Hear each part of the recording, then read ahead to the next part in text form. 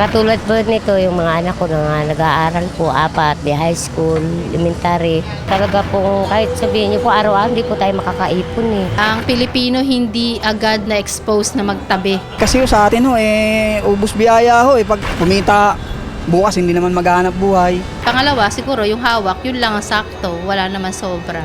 Ubusin muna saka uli maghahanap buhay. Nasanay tayo na kung ano yung hawak, yun agad. Ang katotohanan po, the Filipino culture is a culture of spending. It is not a culture of savings.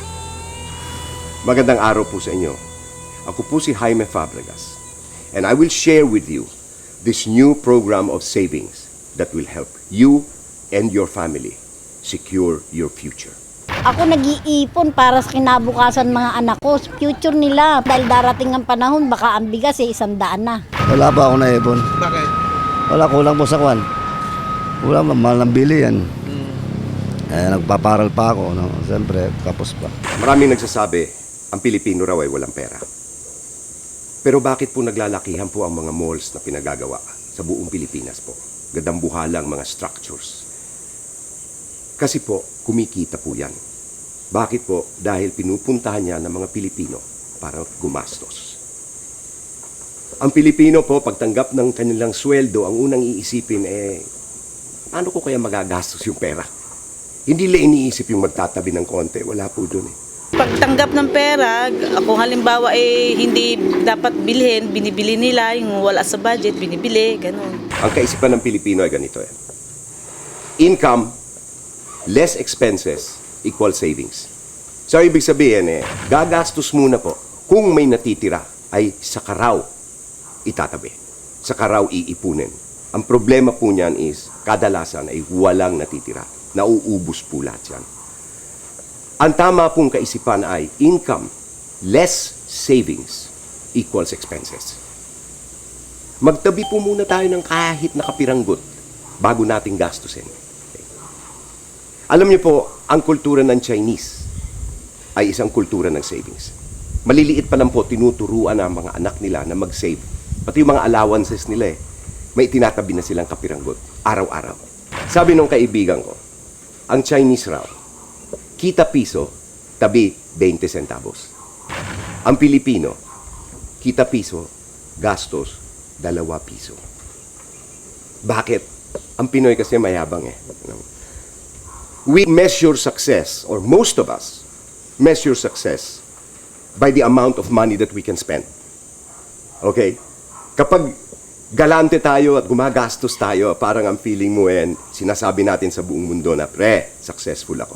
Marami akong pera.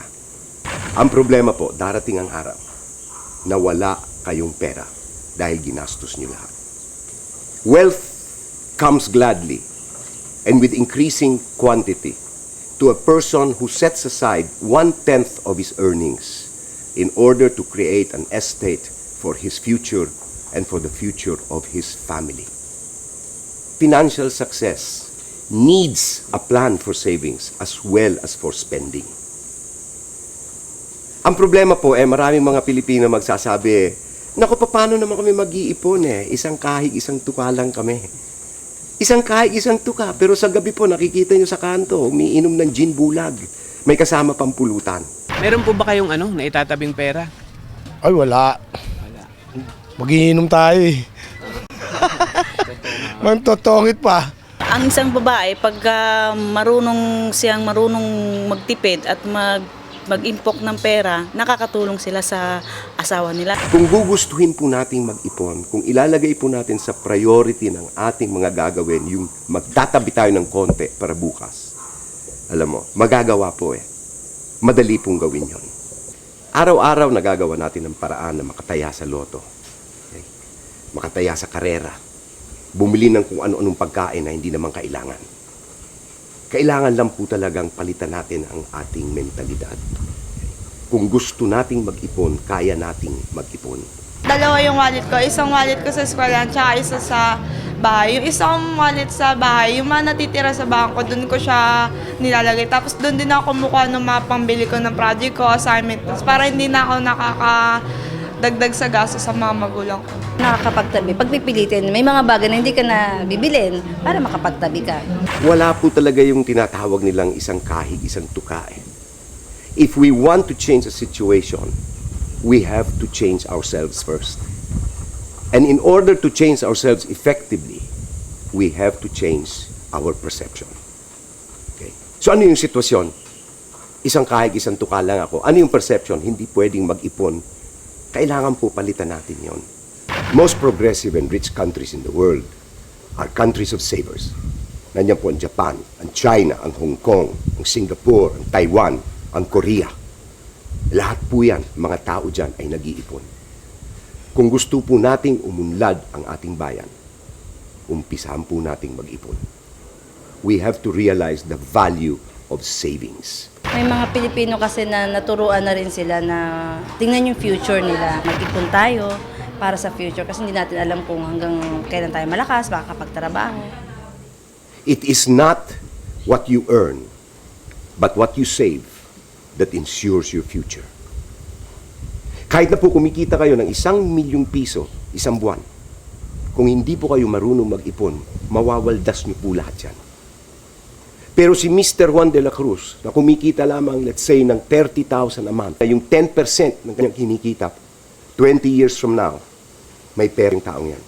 Si Mr. 1 million a month, na bumibili ng mga luxury cars worth 8 million pesos, 20 years from now. According to an SSS survey done on 65-year-old Filipinos, mga retirement age po, 10% are dependent on relative. Bakit? Dahil walang pera. Hindi kasi nag-ipon. 30%, according to the survey, of 65-year-old Filipinos are dependent on charities. It's a prettier name, pero po, at the end, ang ibig sabihin lang po niyan nagmamalimos. 30% po. Bakit? Dahil walang pera. Dahil hindi nag-ipon. 23% of Filipinos 65 years of age are still working, according to the survey. Okay lang sa akin kung 65-year-old ka na at gusto mong magtrabaho pa, okay lang yun, be productive. Pero kung ang dahilan dahil nagtatrabaho ka pa ay dahil kung huminto ka, mawawalan ka ng kita at mawawalan ng pagkain ang pamilya mo, abay malungkot po yun. Okay?